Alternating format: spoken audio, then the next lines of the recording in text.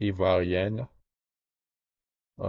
peuple et ami de Côte d'Ivoire, que la paix et la grâce du Seigneur soient avec vous.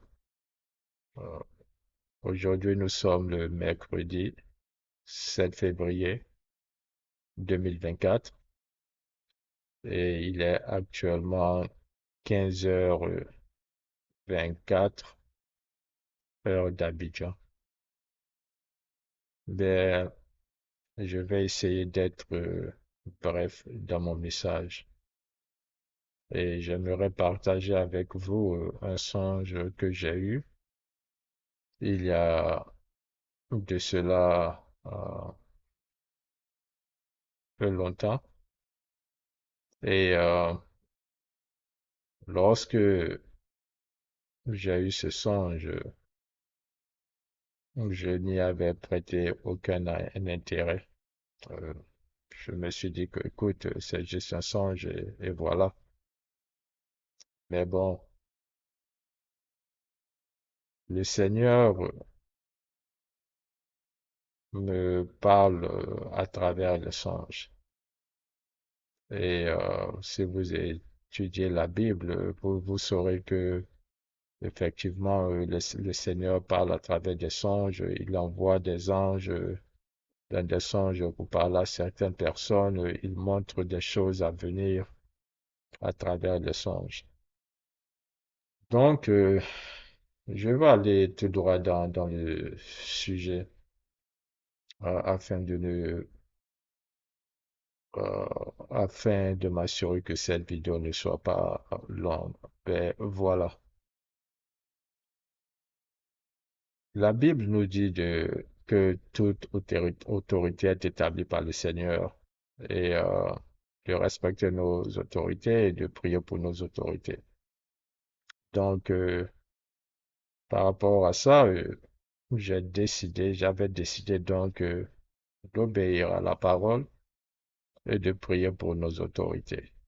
Ouais. Mais il y avait une résistance à mon niveau. Écoute, pourquoi tu vas prier pour ce pouvoir en place? Mais bon, voilà, c'est ce que la Bible nous dit, de prier pour nos autorités et de respecter nos autorités. Ce n'est pas un sujet à débattre, ce n'est pas de la théologie, de la philosophie et tout, c'est la parole qui dit. Donc, je me suis dit, OK, il n'y a pas de problème, et puisque c'est ce que la parole dit, je vais prier pour nos autorités, intercéder pour nos autorités et demander au Seigneur de leur donner la sagesse afin que ces autorités puissent prendre des décisions qui vont favoriser un climat de paix, un climat d'entente, d'unité et du bon vivre. Et donc, voilà, alors que je priais pour nos autorités, j'intercédais, j'ai eu un songe. Et dans ce songe, je me suis retrouvé à la présidence de la République de Côte d'Ivoire, voilà, ma nation. Et j'aimerais vous dire que je n'ai jamais mis le pied à la présidence. Si je ne me trompe pas, elle doit se situer au plateau. Oh, bon, je ne sais pas. Mais bon, bon. Bref, ce n'est pas important. Mais dans le songe, je me suis retrouvé à la présidence. Et de par quelle magie, je ne sais pas, mais tout ce que je sais, c'est que dans ce songe, des, plusieurs personnes avaient un rendez-vous avec le président de la République. Et donc, nous étions alignés, plusieurs dignitaires et plusieurs personnalités, et nous attendions notre tour afin d'être introduit au président de la République et de parler avec lui. Donc, voilà, le président est arrivé Il a commencé à serrer les mains de tout un chacun. Et lorsqu'il est arrivé à mon niveau, il a serré ma main. Et dès qu'il a serré ma main, à cet instant, il y a des voix qui se sont fait entendre et ces voix ont dit, le voilà, attrapez-le, tuez-le. Et dès que ces voix ont dit ça, il y avait le brouhaha dans l'enceinte de la présidence, la salle où on était. Et donc, j'ai commencé à courir de partout, à chercher à m'enfuir. J'aimerais vous dire que dans le songe, le but de ma présence à la présidence était de délivrer un message prophétique au président de la République. C'était le but de ma visite. Mais je ne sais pas, comme on le dit par quelle magie, son protocole a su que parmi les personnalités qui étaient là, il y avait quelqu'un qui venait délivrer un message prophétique au président de la République. Donc, ce protocole, les personnes autour de lui se sont s'acharnées sur moi, s'acharner contre moi. Vous choisissez le bon français. Et donc, on commençait à me poursuivre.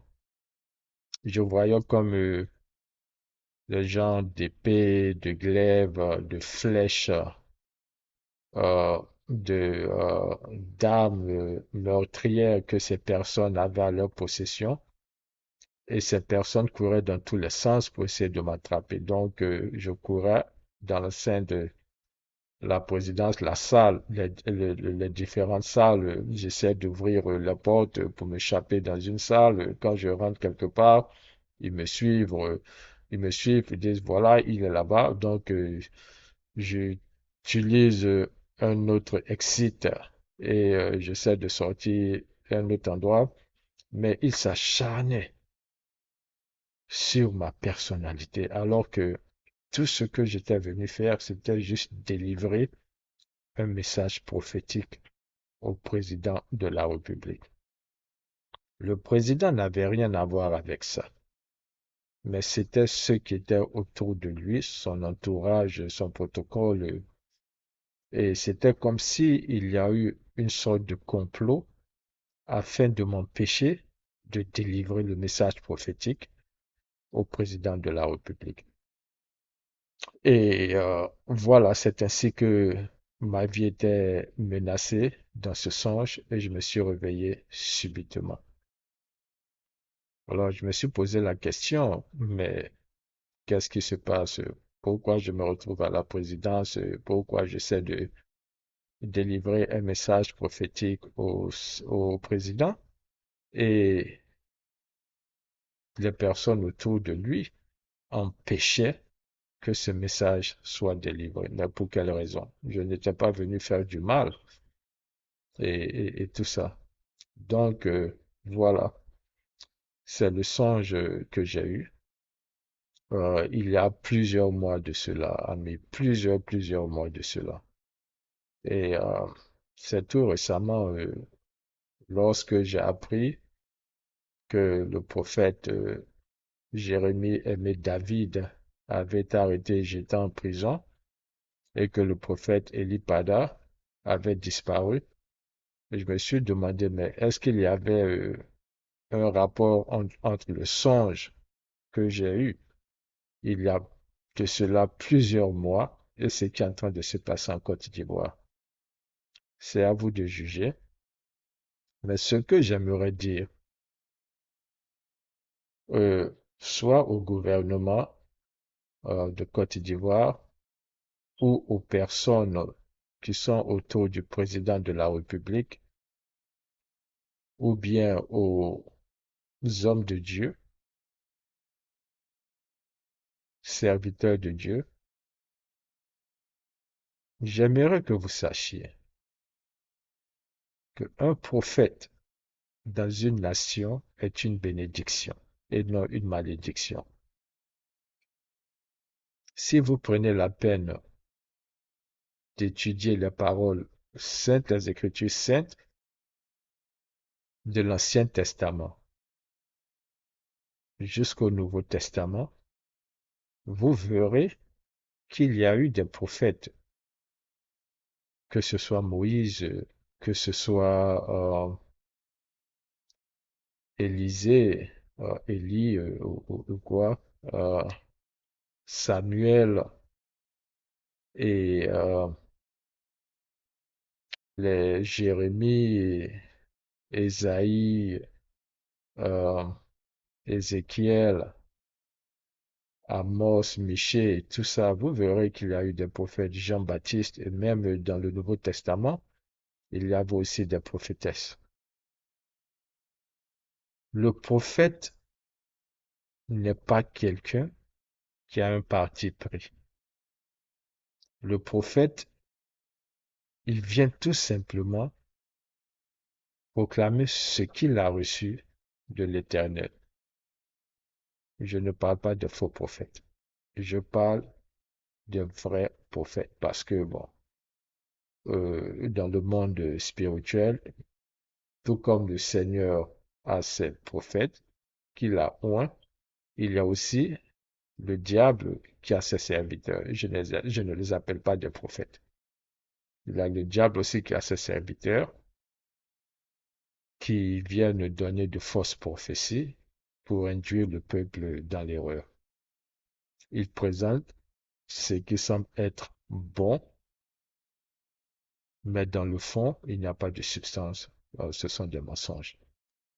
Donc, lorsque vous avez un prophète vraiment oint, c'est une bénédiction pour la nation.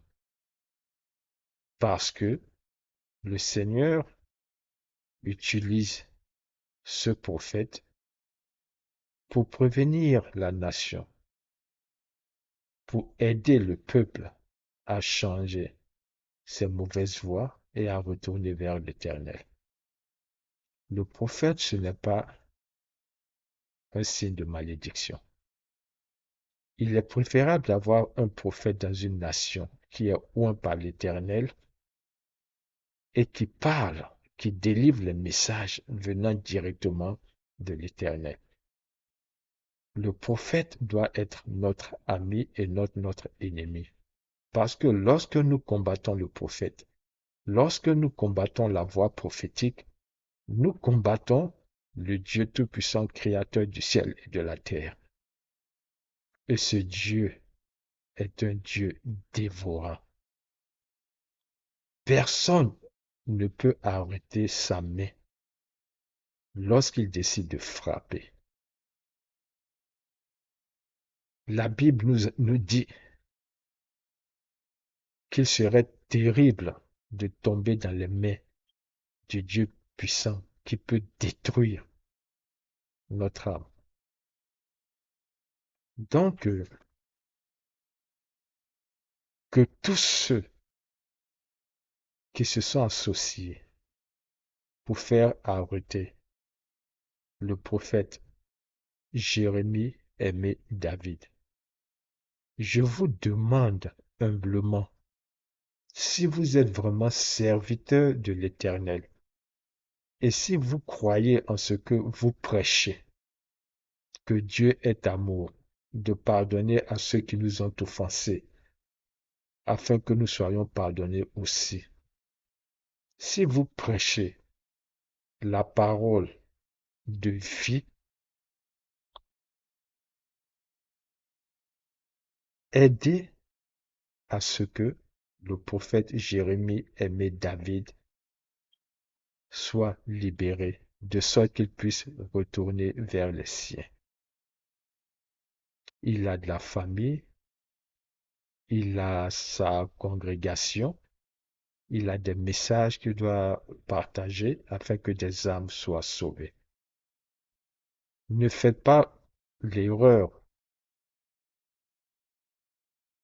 de continuer sur votre lancée, de continuer à prêcher dans vos églises alors que vous avez participé à l'arrestation d'un serviteur de Dieu tout simplement parce que vous n'avez pas aimé ce qui a été dit. En tant que serviteur de Dieu, lorsqu'il y a des problèmes, vous êtes supposé vous asseoir, discuter et essayer de les régler, de sorte que les païens ne puissent pas nous condamner. Faites très attention. Le Dieu Tout-Puissant est un Dieu dévorant. Avec une seule parole, il peut détruire votre ministère.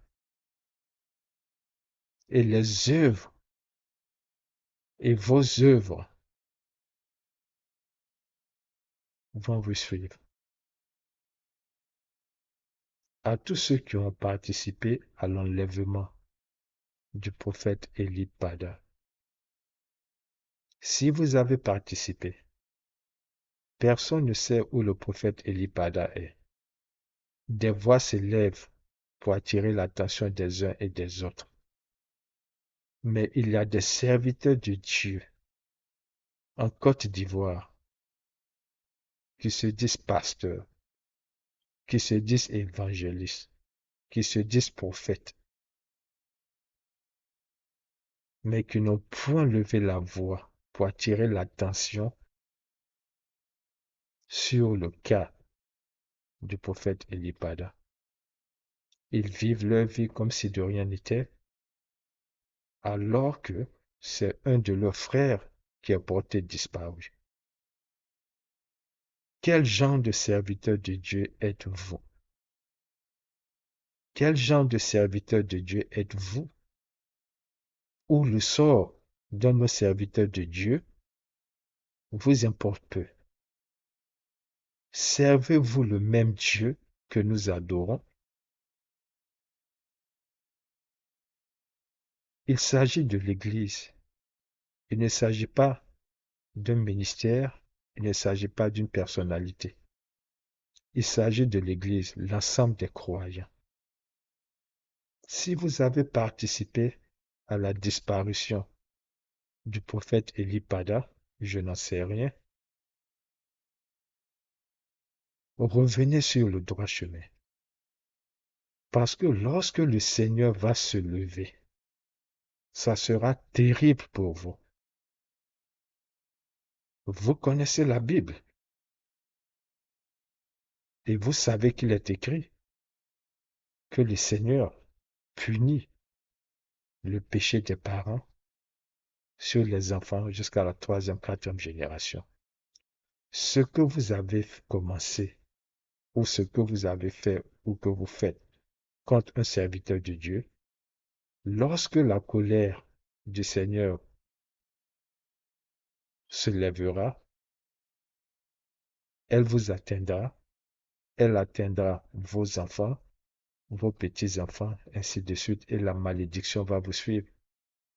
Et votre famille entière peut être carrément effacée de la terre. Votre nom peut être complètement effacé. Si vous ne me croyez pas, allez lire l'Ancien Testament et vous verrez où des personnes ont péché contre l'Éternel et il a ouvert la terre pour les engloutir. Faites très attention. Nous ne combattons pas les uns les autres. Nous avons un ennemi commun qui est le diable. Ne laissez pas le diable entrer en vous et vous pousser à faire arrêter ceux qui essaient de prêcher la parole comme vous, parce que vous avez été offensé. Dans votre vie, vous avez offensé le Seigneur de façon répétitive, mais il vous a pardonné et aujourd'hui, vous prêchez la parole. Ce même pardon, cette même compassion qu'il a eue pour vous, pourquoi vous ne pouvez pas avoir cette compassion pour quelqu'un d'autre qui vous a offensé, quelle que soit l'offense? Êtes-vous des serviteurs de Dieu qui sont plutôt poussés par le diable afin de faire arrêter d'autres serviteurs de Dieu. Ressaisissons-nous. Nous ne combattons pas la chair. Ne vous trompez pas de combat. À moins que vous ne servez pas le même Seigneur que nous servons. Si vous n'adorez pas le même Dieu que nous adorons, alors nous comprenons votre démarche. Mais sachez que le Dieu Tout-Puissant est un feu dévorant. Libérez les prophètes Jérémie, Aimé, David. Et si vous êtes responsable de la disparition du prophète Élie Pada, ramenez-le vers sa famille, vers sa congrégation, afin qu'il puisse continuer à délivrer les messages que le Dieu Tout-Puissant lui donne. Vous ne pourrez pas empêcher la voix prophétique. J'aimerais que vous sachiez, le Dieu Tout-Puissant a des oints qu'il a exilés de la Côte d'Ivoire afin de les faire sortir au moment opportun. Et ces oints sont en train de sortir petit à petit. Ces oints sont en train de vous avertir, de vous demander de libérer les hommes de Dieu qui sont emprisonnés. Mais vous endurcissez vos cœurs. Vous ne pouvez pas gagner le combat contre l'Éternel des armées. Vous le savez. Le diable même n'a pas pu vaincre le Seigneur des armées. Lorsqu'il a essayé de se rebeller, lorsqu'il a essayé de s'élever au-dessus de Dieu, vous avez vu ce qui lui est arrivé. Si le diable n'a pas réussi à vaincre le Dieu qui est un feu dévorant, vous pensez que c'est vous qui allez pouvoir empêcher la voix prophétique? Vous pensez que vous êtes tellement fort que vous pourrez combattre le Seigneur Dieu Tout-Puissant? Ressaisissez-vous. Libérez les prophètes Jérémie, Aimé, David et Élie-Pada. Dans mon songe, je cherchais à donner un message prophétique au président de la République. Vous m'avez pourchassé dans le songe. Vous avez essayé d'attenter à ma vie. Vous avez tout fait pour que le message prophétique ne soit pas délivré au président de la République. Ressaisissez-vous. Ressaisissons-nous. Marchons dans la vérité.